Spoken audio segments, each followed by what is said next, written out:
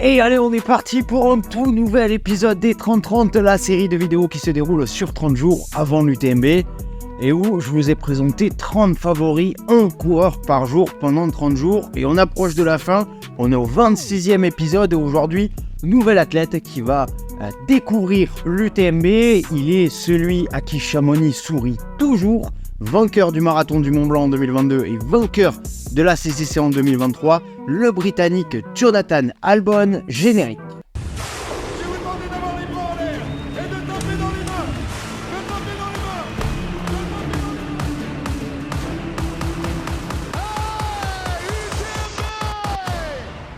mains.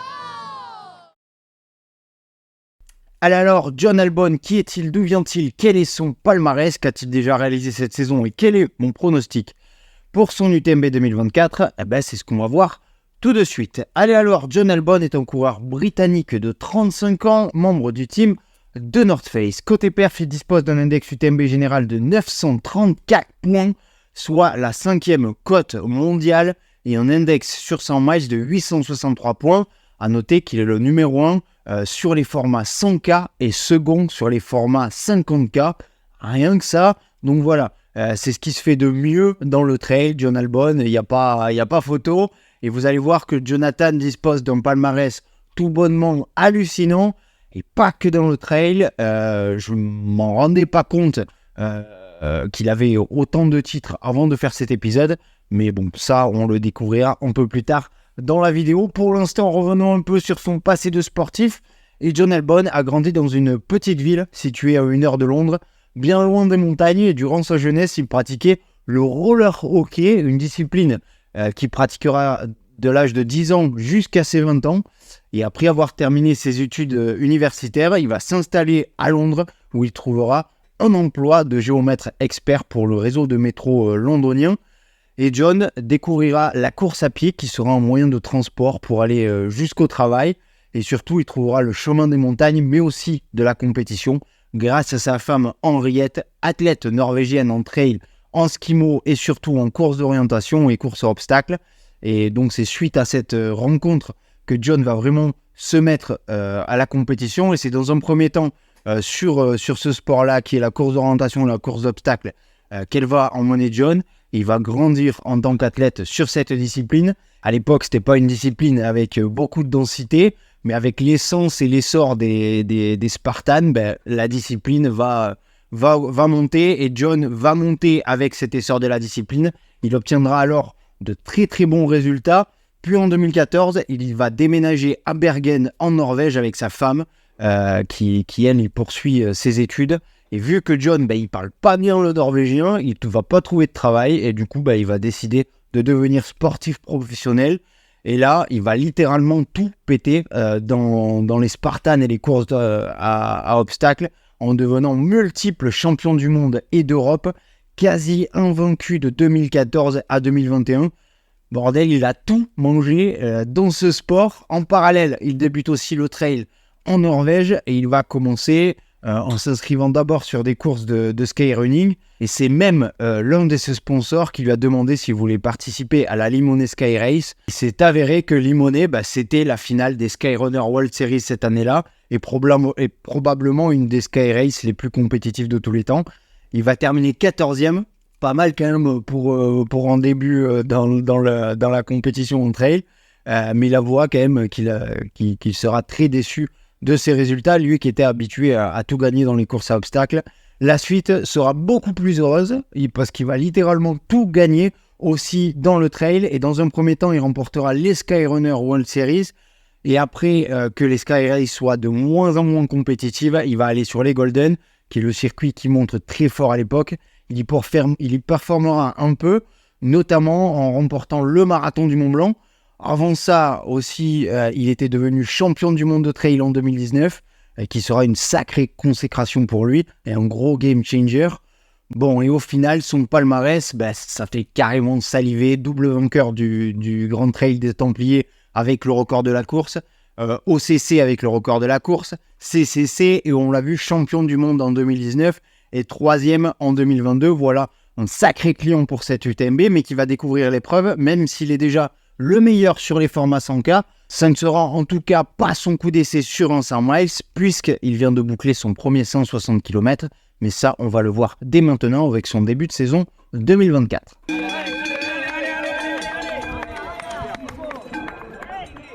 Et pour revenir un peu sur son début de saison 2024, après avoir commencé l'année sur les skis avec son ami Peter Engdahl, et notamment en allant sur la Pyramide avec une belle découverte de l'épreuve, pour ce petit duo avec une VO2 à débouffer des tuyaux, il a ensuite rechaussé les baskets sur la Transvulcania qu'il a littéralement atomisé. Il s'est envolé vers la victoire dès la mi-course, devançant Dimitri Mateev et Tom Evans. Et ensuite, Jonathan s'est envolé pour les US pour découvrir les 100 miles grâce au mythe de la Western State, une Western où il va prendre une plutôt belle 6e place sur l'édition la plus rapide de l'histoire, 6e en 14h57 pour boucler les 160 km et 100 000 mètres de dénivelé positif. Ça reste un sacré chrono, un chrono de podium sur les dernières éditions, et ça malgré quelques difficultés et une petite forme, bon, d'après ses dires, mais nul doute qu'il aura appris de cette course et que forcément ça lui servira pour son UTMB. Bref, il est en forme, mais on va en découvrir un peu plus, car comme sur ces derniers jours, nous allons accueillir Joseph Mestrali pour une analyse poussée sur Jon Albon. À toi Joseph.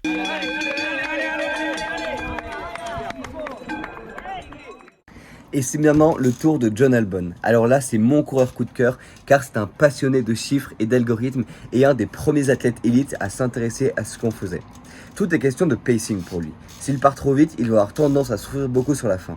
Je me souviens très bien sur la CCC 2022 où il se fait croquer par Peter au col des Montets, ou encore sur la Transvulcania de cette année où il passe dans le dernier kilomètre complètement livide. Au contraire, sur la CCC 2023, il fait une remontée qui est à montrer dans toutes les écoles de trail. On avait publié un post sur lui sur Instagram, je vous remettrai le graphe en description de la vidéo YouTube, et il passe à Champé avec 11 minutes de retard pour gagner magistralement avec 8 minutes d'avance.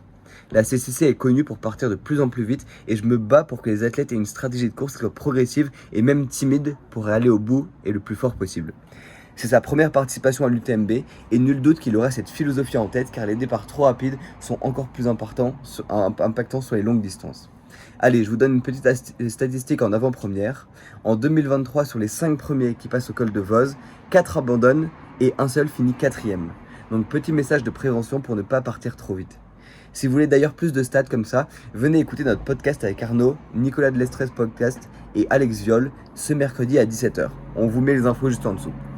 Au niveau palmarès, lui aussi a gagné l'OCC et la CCC et peut donc joindre Xavier Tenvar pour le triplé magique OCC, CCC, UTMB.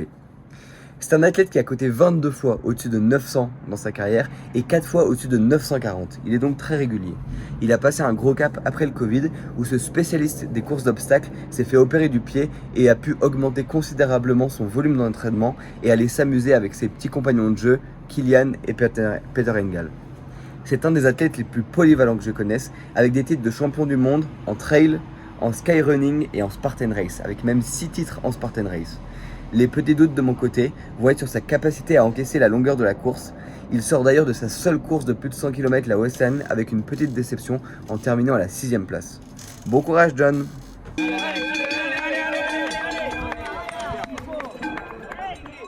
Allez, merci Joseph pour cette super analyse encore une fois. Et donc pour mon prono, on l'a vu, il est numéro 1 mondial sur les 100K et numéro 2 sur les 50K. C'est clairement les formats qu'il affectionne le plus, preuve de toutes ses victoires et tous ses titres. Maintenant, le format où il va se présenter la semaine prochaine et qui est un format 100 miles, eh bien c'est différent et encore plus sur un UTMB. On l'a vu sur sa Western State où il était quand même moins incisif, moins tranchant, mais où il revient quand même avec une belle 6e place et un sacré chrono, mais où il a été bien moins dominant que sur des formats plus courts.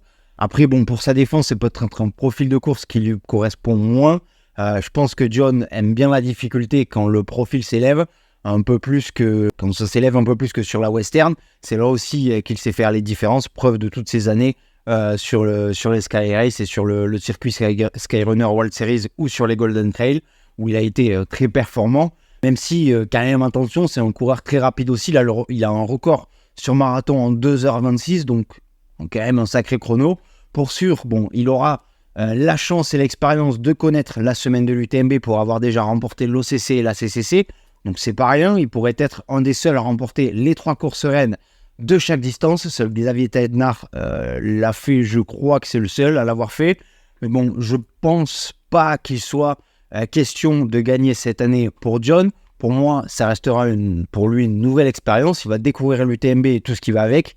Et nul doute qu'il sera pris pour cet événement. On connaît son côté très perfectionniste, mais attention au départ trop rapide.